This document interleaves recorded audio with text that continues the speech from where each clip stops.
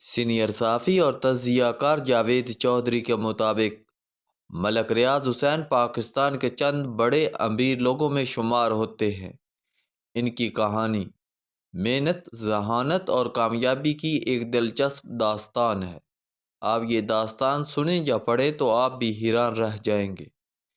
کس طرح ایک معمولی ٹھیکیدار کے بیٹے نے میٹرک کے بعد زندگی کی سلیب اٹھائی، جو میٹرک میں بھی 1 نمبر سے پاس ہوا تھا، جیسے ڈرائیونگ کے علاوہ کوئی ہنر نہیں آتا تھا، جس کی زندگی کے پہلے ٹھیکے کی مالیت 1500 روپے تھی، جو اپنے ہاتھ سے سفیدی کرتا رہا تھا۔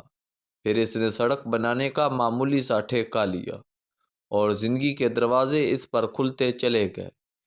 یہ کس طرح 50 پیسے بچانے کے لیے 10-10 کلومیٹر پیدل سفر کرتا تھا، اس نے بیٹی کے علاج کے لیے کس طرح حمام بیچا، یہ چھوٹے چھوٹے ٹھیکوں کے لیے کس طرح 2-2 دن دفتروں کے سامنے بیٹھا رہتا تھا، اور اس کی بیگم کی زندگی کی سب سے بڑی خواہش 5 مرلے کا چھوٹا سا مکان تھا۔ اور پھر اس نے کس طرح ہاؤسنگ سیکٹر کو باقاعدہ لائف سٹائل میں تبدیل کیا۔ اس نے کس طرح پاکستان کی سب سے بڑی ہاؤسنگ اسکیم کا سنگ بنیاد رکھا، اور اس نے کس طرح بیرونی سرمایہ کاروں اور غیر ملکی کمپنیوں کو پاکستان آنے اور کام کرنے پر رضامند کیا۔ یہ سب ایک حیران کن داستان ہے، اور اس کے اندر اس ملک کے نوجوانوں کے لیے بے شمار سبق ہے۔ ہم لوگ بدقسمتی سے سیلف میڈ لوگوں کو آسانی سے قبول نہیں کرتے۔ ہم ہر کامیاب شخص اور اس کی کامیابی کو مشکوک نظروں سے دیکھتے ہیں۔ آپ کو اکثر لوگ کسی کامیاب شخص کے بارے میں یہ کہتے ہوئے دکھائی دیں گے، یہ کل تک موٹر سائیکل پر گھومتا تھا، یا کل تک اس کے پاس سائیکل تک نہیں تھی، اور آج یہ رولس رائس پر گھوم رہا ہے، یا اس کے پاس ذاتی جہاز ہے، وغیرہ وغیرہ۔ یا میں تو اس کو اس کے دادا یا اس کے والد کے دور سے جانتا ہوں، ان کے پاس کھانے کے لیے روٹی نہیں ہوتی تھی، اور آج یہ لنگر کھانے چلا رہے ہیں۔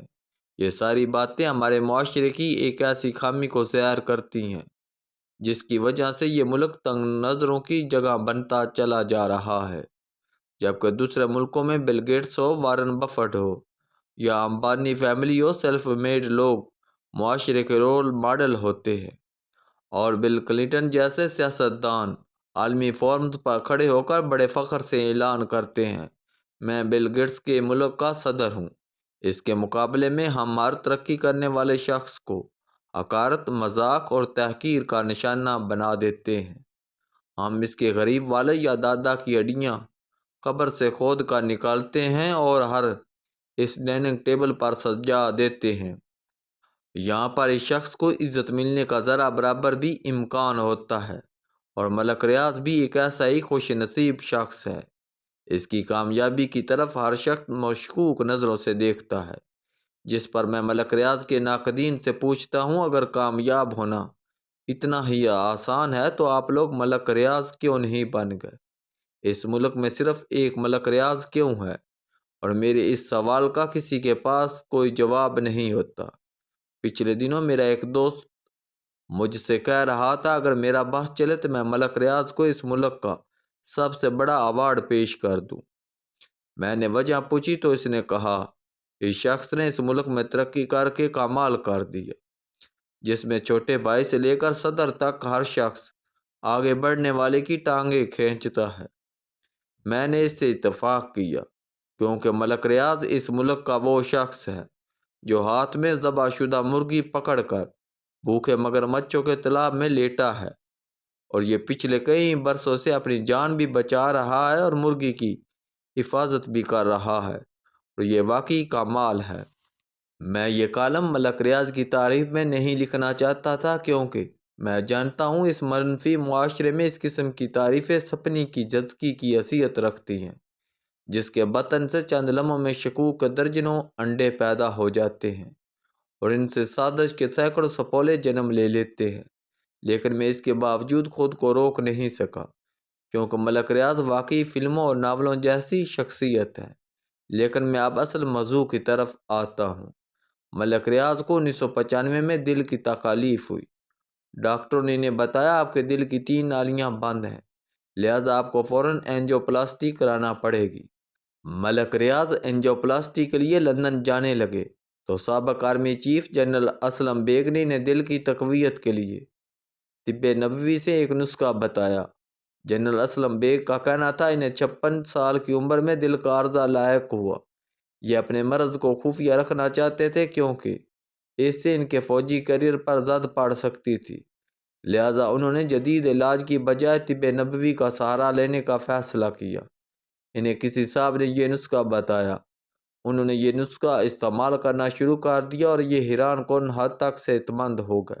جنرل اسلم بیگ کا کہنا تھا آپ اینجیوپلاسٹی سے پہلے 1 مہینہ تک یہ نسخہ استعمال کریں اور اس کے بعد اپنے ٹیسٹ کرائیں، اگر شفا ہوگی تو ٹھیک، ورنہ دوسری صورت میں آپ اینجیوپلاسٹی کرا لیں۔ ملک ریاض نے جنرل اسلم بیگ سے یہ نسخہ لیا اور اس کا استعمال شروع کر دیا۔ 1 مہینے کے بعد یہ لندن کے اسپتال گئے، وہاں انہوں نے دنیا کے ایک نامور کارڈیالوجسٹ سے رابطہ کیا۔ اس نے ان کے ٹیسٹ کرائے اور ٹیسٹوں کے نتائج دیکھ کر انہیں بتایا آپ کا دل مکمل طور پر ٹھیک ہے، آپ کو کسی قسم کی علاج کی ضرورت نہیں۔ ملک ریاض نے اپنے پرانے ٹیسٹ اس کے سامنے رکھ دیے۔ اس نے دونوں ٹیسٹ میچ کیے اور یہ ماننے سے انکار کر دیا کہ یہ دونوں ٹیسٹ ایک ہی شخص کے ہیں۔ بہرحال قصہ مزید مختصر، ملک ریاض پاکستان واپس آئے اور انہوں نے اس نسخے کو اپنا معمول بنا لیا۔ یہ 2009 میں ایک بار پھر اسی اسپتال کے اسی ڈاکٹر کے پاس گئے۔ اس نے ان کے دوبارہ ٹیسٹ لیے، پرانے ٹیسٹ دیکھے اور اس کے بعد یہ بتا کر حیران کر دیا کہ 1995 سے لے کر 2009 تک ان کے دل میں کسی قسم کا کوئی فرق نہیں آیا۔ ان کا دل مکمل طور پر صحت مند ہے اور یہ کھائیں پئیں اور موج اڑائیں۔ ملک ریاض یہ نسخہ آج بھی استعمال کر رہے ہیں اور اپنے بے شمار دوستوں کو بھی کروا رہے ہیں۔ جنرل اسلم بیگ بھی یہ استعمال کرتے ہیں اور یہ شاید اس نسخے کی وجہ سے 84 سال کی عمر میں بھی نہ صرف صحت مند اور متحرک زندگی گزار رہے ہیں بلکہ ان کا دل بھی جوانوں کی طرح مضبوط ہے اور یہ آج بھی ٹیلی ویژن کے شوز میں کڑکدار آواز میں جواب اور سوال کرتے ہیں، اور ان کی خواہش ہے پاکستان کم از کم بھارت پر ایٹم بم ضرور گرائے۔ یہ نسخہ بہت سادہ ہے، آپ اجوا کھجور کی گٹھلیاں لے کر پیس لیں اور اس پاؤڈر کی آدھی چمچ روز صبح پانی کے ساتھ نگل لیں۔ انشاءاللہ آپ کے دل کے تمام امراض ٹھیک ہو جائیں گے۔ میں آپ کو یہ بھی بتاتا چلوں، تاریخ اسلام میں پہلا ہارٹ اٹیک جنگ قدسیہ کے ہیرو اور فاتح ایران حضرت سعد بن ابی وقاص کو ہوا تھا۔ آپ کے دل میں اچانک تکلیف ہوئی، نبی اکرم صلی اللہ علیہ وآلہ وسلم کو معلوم ہوا تو آپ نے فرمایا انہیں اجوا کھجور گٹھلی سمیت کوٹ کر کھلا دو، یہ ٹھیک ہو جائیں گے۔ حضرت سعد بن ابی وقاص کو اجوا کھجور کوٹ کر کھلائی گئی اور آپ صحت مند ہو گئے۔ یہ کھجور صرف سعودی عرب سے ملتی ہے اور خاصی قیمتی ہے، لیکن اس کے باوجود یہ امراض دل کی ادویات سے یقیناً سستی ہوگی۔ اس نسخے کے دونوں راوی زندہ بھی ہیں اور صحت مند بھی ہیں۔ آپ اگر مزید تحقیق کرنا چاہیں تو آپ جنرل مرزا اسلم بیگ اور ملک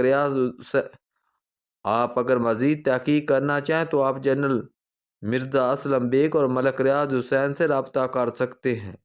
میں نے کیونکہ ابھی تک یہ نسخہ استعمال نہیں کیا لہذا میں اپنا تجزیہ بیان نہیں کر سکتا، تاہم اگر آپ تحقیق کے بعد اسے استعمال کرنا چاہیں تو 100 بسم اللہ۔ اگر آپ کو شفا نصیب ہو جائے تو آپ جنرل اسلم بیگ، ملک ریاض اور میرے لیے دعا فرما دیجئے گا۔ اگر شفا نہ ہو تو ہم تینوں کو معاف کر دیجئے گا، کیونکہ اس انفارمیشن کا مقصد نیک ہے۔